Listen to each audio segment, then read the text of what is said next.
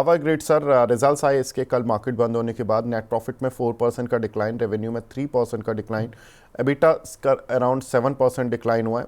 Margins जो है वो भी थोड़ा सा रिड्यूस हुए, 88.5% से घटकर 84.9% पर आए हैं। सर कैसे देखें सर पावर ग्रिड को अभी? तो पावर ग्रिड एक कंपनी है जो कंटिन्यूली ग्रो होने वाली है, क्योंकि at the end of the day जो हमें power within the country distribution जो करनी है, they kind of have a, I won't say monopoly, but they are the largest player.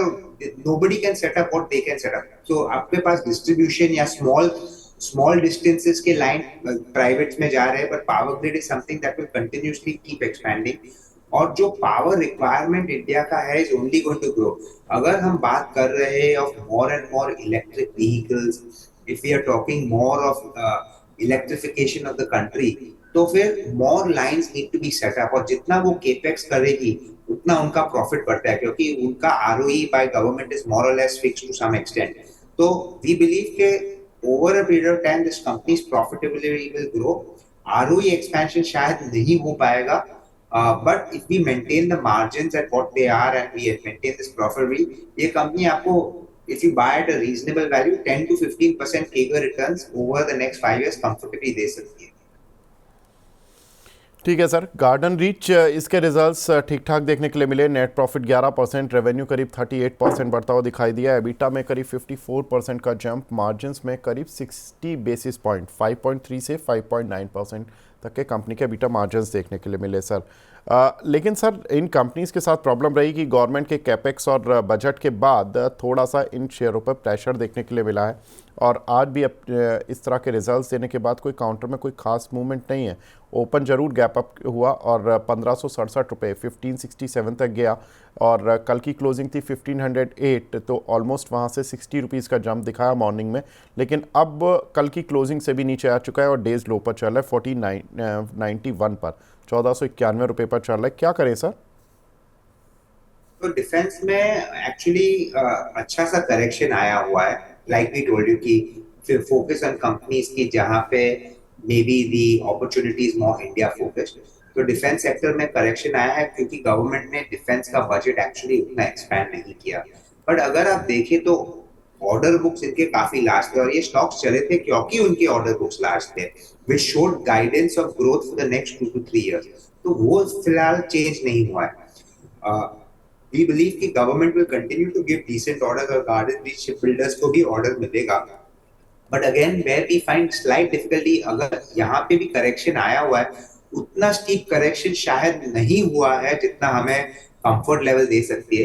तो I would say wait for another 15% correction in valuation multiples, यानी कि either wait for the stock to be at the same price maybe 2-3 quarters later, जहां उनका earnings catch up होता है, या एक price correction of another 10 to 15% जहां पे valuation multiple reasonable होती है, and where you can make a decent return of 15% to 18% over the next 3 to 4 years। पर मेरे हिसाब से defense companies are not going to lose out। ऐसा नहीं है कि government has completely stopped defence budget. Market में तो ऐसे बात हो रही है कि डिफेंस में इतना कम कर दिया, but the fact remains that they orders are already quite large, और मेरे हिसाब से you will see further orders coming in the next 6 months to 1 year for these companies. तो तभी वो स्टॉक्स मे बी करेक्शन पे, या अगर अर्निंग्स ग्रोथ कैचअप होता है, those will do well, but wait for the right price to buy. जी, कुछ रिजल्ट्स सर फटाफट से ले लेता हूँ, 2-3 रिजल्ट्स ले लेता हूँ। कैस्ट्रॉल लेता हूँ, जहाँ पर कि रेवेन्यू में करीब 7% का जंप देखने के लिए मिला, नेट प्रॉफिट में 12% का, एबिटा 14% बढ़ा है, और एबिटा मार्जिन्स में भी 180 बेसिस पॉइंट का जंप देखने के लिए मिला, 27.8% है। काउंटर में भी जंप है मोर देन 4% का। सर क्या करना चाहिए अब कैस्ट्रॉल पर? तो एक्चुअली मैंने कैस्ट्रॉल का रिजल्ट अभी फिलहाल नहीं देखा हुआ है, so I will not comment on the result. But ये कंपनी है which is trading at reasonable valuation, उनकी कैश फ्लो काफी अच्छी है।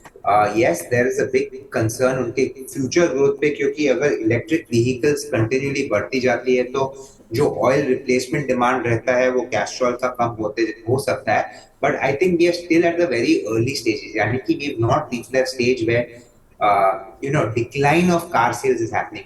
हम अभी भी बोल रहे हैं कि for the next 5 years India's maybe 20 to 25% of new car sales will be electric, यानी कि जो ओल्ड कार्स है प्लस न्यू कार्स आएंगे, उसमें भी ग्रोथ होगी. तो I think the growth opportunity for Castrol is still strong. Plus, they are getting into very business models on servicing, they're going to be making the liquid that goes into the battery also for cooling of the battery. तो ऐसा नहीं कि they are not modifying the business model to make sure that they are relevant for the future. But और इसमें valuations reasonable है. I think it's trading at 18 times current year.